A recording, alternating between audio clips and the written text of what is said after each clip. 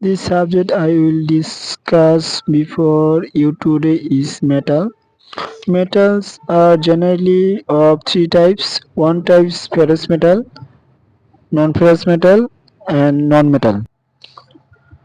The main types ferrous metals are mild steel, medium carbon steel, tool steel, gray cast iron, red cast iron, chilled cast iron, malleable cast iron, high carbon steel, high speed steel, wrought iron, stainless steel, spinning steel, nickel steel, chromium steel, and tungsten steel.